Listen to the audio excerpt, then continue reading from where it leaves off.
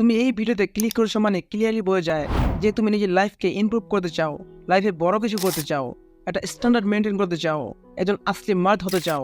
অর্থাৎ তোমার বিশ্বাস আছে নিজের উপর, নিজের লাইফের উপর অ্যান্ড ওপরওয়ালার উপর। অ্যান্ড অন্যদিকে যে ব্যক্তি নিজের লাইফে একের পর এক খারাপ কাজ করেই চলছে, যে একাধিক অ্যাডিকশনের মায়াজালে নিজেকে জড়িয়ে ফেলেছে, সকাল বিকাল রাত পিচকারির ওভার ইউজ করে চাঁদা নোংরা করছে, সে জানে তার লাইফে কিচ্ছু হবে না। কোনো পিকচার বা ভিডিওর থাম্বনেল দেখেও উত্তেজিত হয়ে এরা নাকি নাড়িয়ে ফেলে, যেন সে আগের জন্মে কোনো গিটার আর্টিস্ট ছিল আর সবসময় রেডি থাকে নাড়ানোর জন্য। কখন একটু সুযোগ পাবে আর কখন নাড়াবে। সকালে ঘুম থেকে উঠে নাড়াতে ইচ্ছা করে, খাওয়ার আগে নাড়াতে ইচ্ছা করে, খাওয়ার পর নাড়াতে ইচ্ছা করে, আর ঘুমাতে যাওয়ার আগে তো নাড়াতে হবেই হবে, যেন কোনো ডক্টর ওষুধ হিসাবে তাকে নাড়ানোর প্রেসক্রাইব করেছে।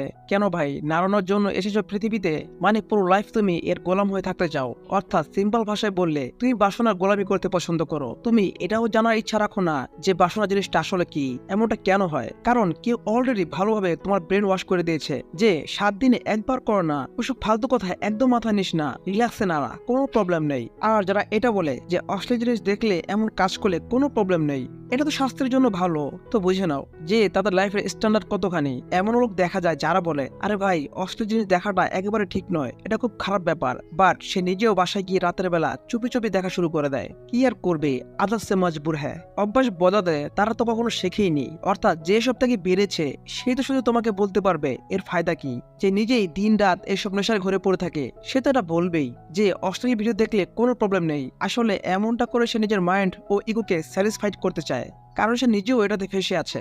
আর এরাই যখন পরবর্তীতে বাবা হতে পারে না, তখন ডাক্তারের চেম্বারে ধাক্কা খায় যে ইস, যদি সময় থাকতে এ থেকে বের হতে পারতাম। বাট তখন আর তার হাতে কোনো অপশনই থাকে না।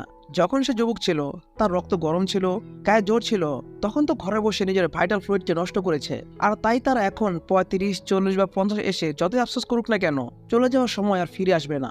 আর এই সময়ের কাছে না সবার সব কাজের হিসাব থাকে।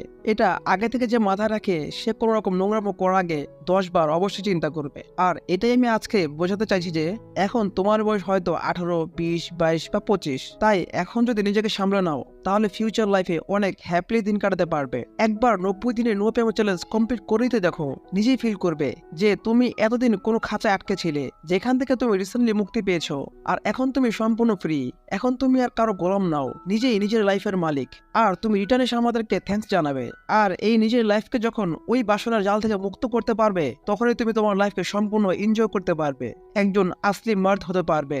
যার জন্যই আমি অলওয়েজ বলি ট্রাই তো করো, 90 দিনের নো পিএমও চ্যালেঞ্জ শুরু তো করো, নিজেকে একটা আসল পুরুষ বানাতে ট্রাই তো করো। আর এর পরেও যদি তোমার পানো দেখে নাড়াতে ইচ্ছা করে, তাহলে হাতে চুরি পরে মেয়েদের সাথে লুডো খেলো, তোমার জন্য ওটাই বেটার। তো তুমি কি আসল পুরুষ হতে চাও, নাকি হাতে চুরি পরে মেয়েদের সাথে লুডো খেলতে চাও? কমেন্ট করে অবশ্যই জানাও।